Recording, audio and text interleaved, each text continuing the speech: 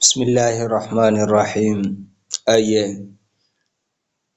नमाज में जिस वक़्त हम सना पढ़ लेते हैं, यानी कि सना का सबक जो था हमने कल पढ़ा है, आज उसके बाद अल्हम्द शरीफ जो पढ़ना है वो ये है। आइए सबक सीखिए जो नमाज में पढ़ा जाता है।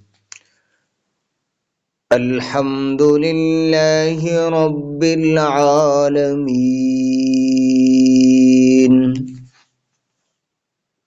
अर्रहमानिर रहीम मालिकी यौमिद्दीन इय्याका नअबुदु व इय्याका नस्तईन इहदिनस सिरातल मुस्तकीम सिरातल लज़ीना अन्अमता अलैहिम गैरिल मग़दूबि अलैहिम वलद्दाल्लीन।